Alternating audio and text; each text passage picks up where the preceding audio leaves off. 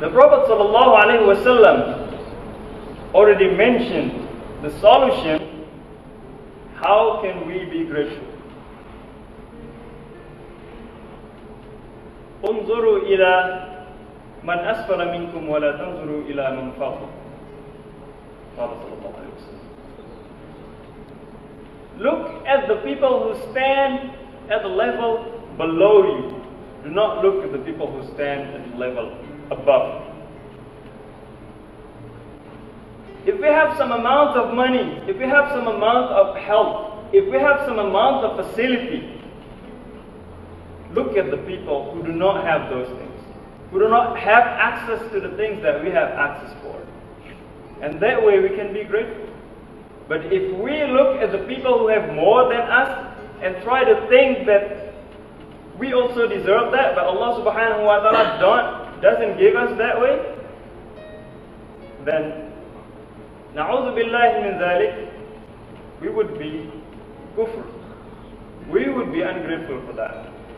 And that's why if we have something, try to be conscious of that.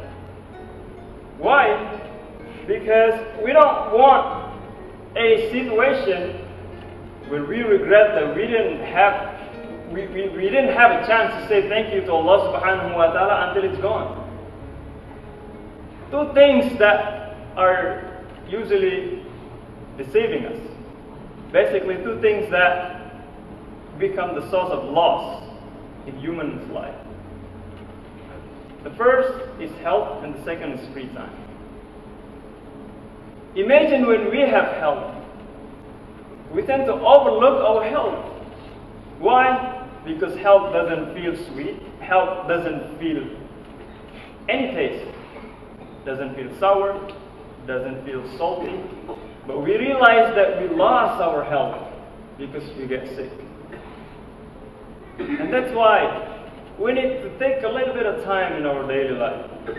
Maybe before we go to work, before we go to school, before we do something, take a deep breath a little bit.